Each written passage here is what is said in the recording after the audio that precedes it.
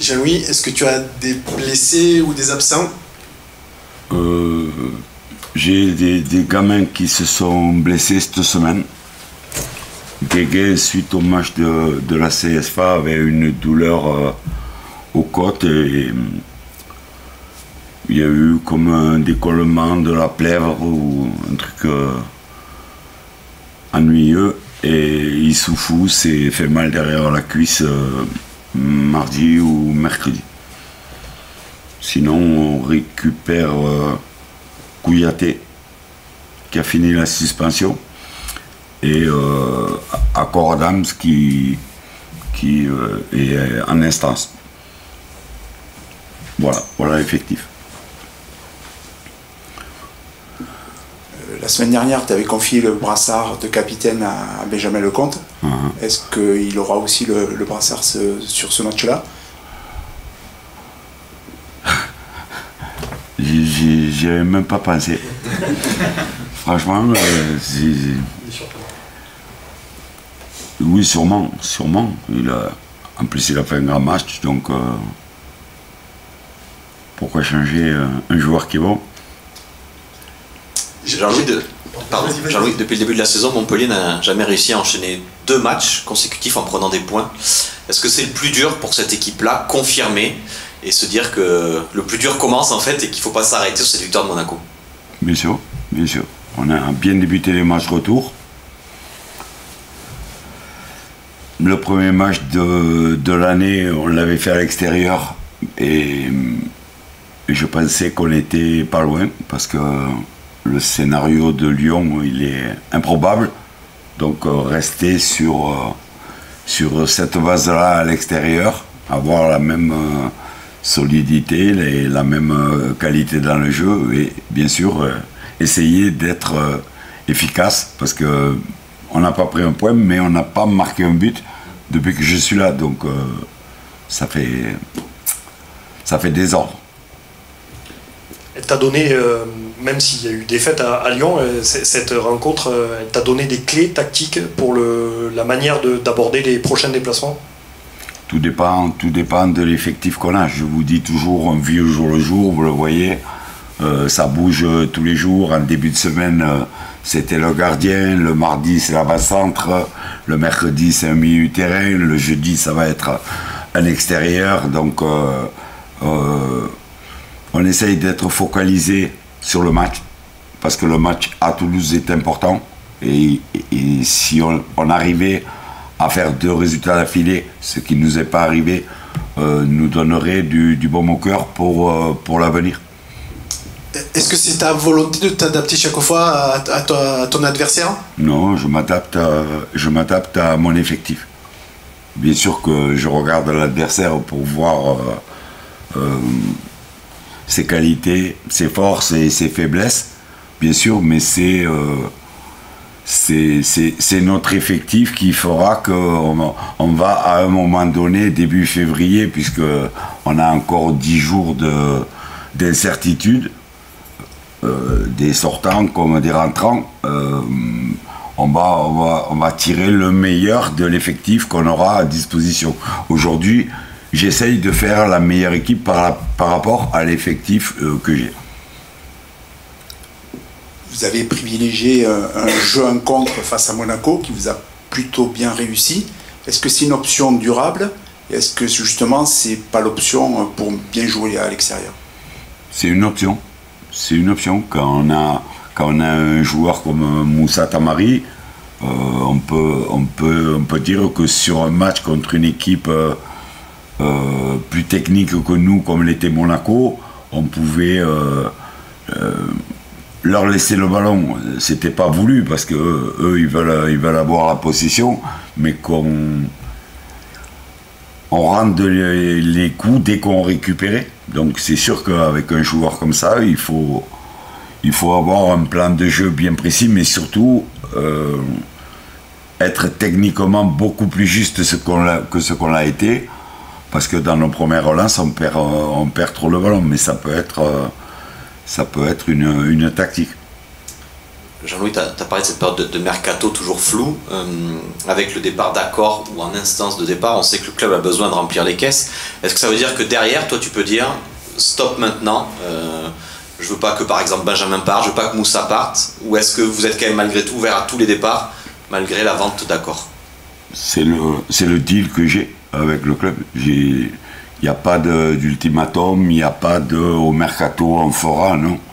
Je savais quand je suis arrivé, et je l'ai accepté, que le club devait équilibrer et les finances et le sportif. Donc on essaye de faire au mieux, mais je vous le répète, au jour le jour, on ne sait jamais ce qui peut arriver sur la table. Ce qu'on sait, c'est que si on vend à un poste, il faut qu'on trouve le plan B à des moyens moins chers pour que le club fasse l'affaire financière qu'il faut et que nous, on essaye de ne pas y perdre sportivement. C'est un casse-tête chinois parce que c'est de partout dans l'équipe et en 10 jours encore, on peut avoir des surprises ou une offre mirobolante. Donc il faut vivre avec ça, je le savais avant. Et j'ai dit que j'en parlerai pas, mais c'est pas moi qui mets un ultimatum. Je regarde l'effectif que j'ai, je fais la meilleure équipe et j'essaye de faire le meilleur résultat possible pour arriver à l'objectif. Jean-Louis, depuis les rumeurs de départ d'Accor Adams, c'est plus que des rumeurs, mais on parle beaucoup d'Andy Delors comme potentiel remplaçant. Est-ce que c'est un profil de joueur qui te plaît, notamment par le fait qu'ils connaissent déjà le club et qu'ils connaissent déjà la région, etc. Il est dans la liste des 4 ou 5 joueurs qu'on a ciblés avec la cellule de recrutement. Il faut qu'on trouve un joueur apte directement, parce qu'il faut qu'il soit prêt, il faut qu'il soit bon et il faut qu'il soit pas cher. Donc il y a un profil de joueur, il y a des joueurs qu'on a appelés pour sonder, pour savoir si ça les intéressait. Et des fois il y a des cases qui sont pas remplies parce que soit le joueur manque de temps de jeu, et s'il est vide physiquement, on n'a pas le temps, on n'a que 5 mois pour réussir. Et après il faut s'arranger avec le club, avec lui, c'est compliqué, mais là c'est pas moi qui fais les transactions. Je continue sur la question sur Andy, le fait qu'il ait un historique qui ait pu être un peu compliqué avec une partie des supporters après son départ à Nice, est-ce que ça rentre en ligne de compte ou pas du tout? Pour moi non. Moi c'est un profil de joueur, un profil d'homme. Un profil d'homme. Il y en a 2, 3. Après, quand je donne mon avis, je dis aux gens responsables du club, voilà, si on peut faire lui, on fait lui. Mais il y a 3, 4 points. Il ne faut pas juste cibler sur un joueur. C'est pas possible, parce que si ça ne se fait pas, on fait quoi? Là, on est obligé d'eux, donc il y a différents profils. Toulouse, Jean-Louis, c'est pas forcément un bon souvenir pour toi. C'est le premier match quand tu as repris l'équipe de Montpellier. Tu savais que la mission allait être compliquée. Est-ce que ce soir-là, tu t'es dit que tu étais tombé dans un sacré traquenard? Non, pas du tout. Pas du tout. Je savais qu'on n'allait pas transformer le tout d'un coup de baguette magique et il suffisait pas d'arriver pour que tout d'un coup l'équipe se mette à très bien jouer.